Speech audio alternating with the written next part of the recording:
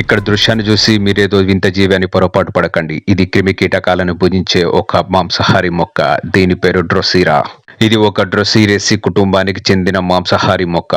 దీనిని సాధారణంగా sun due plant అని కూడా అంటారు. ఈ మొక్కలు ఎక్కువగా తక్కువ పోషకాలున్న నేలల్లో పెరుగుతాయి. వీటి ఆకులకు జిగురుతో కూడిన టెంటకల్స్ ఉంటాయి. ఆకర్షణీయమైన రంగులతో వీటి ఆకులు ఎంతో ఆకర్షించే విధంగా ఉంటాయి. వీటి ఆకర్షణీయమైన రంగులకు వివిధ రకాల కీటకాలు ఆకర్షించబడి వీటి ఆకుల మీద వాలినప్పుడు వాటి ఆకుల చివర ఉండే టెంటికల్స్ కి జిగట లాంటి పదార్థం ఆ పురుగులను ఎటు కదలనివ్వకుండా చేసి ముడుచుకుపోతుంది.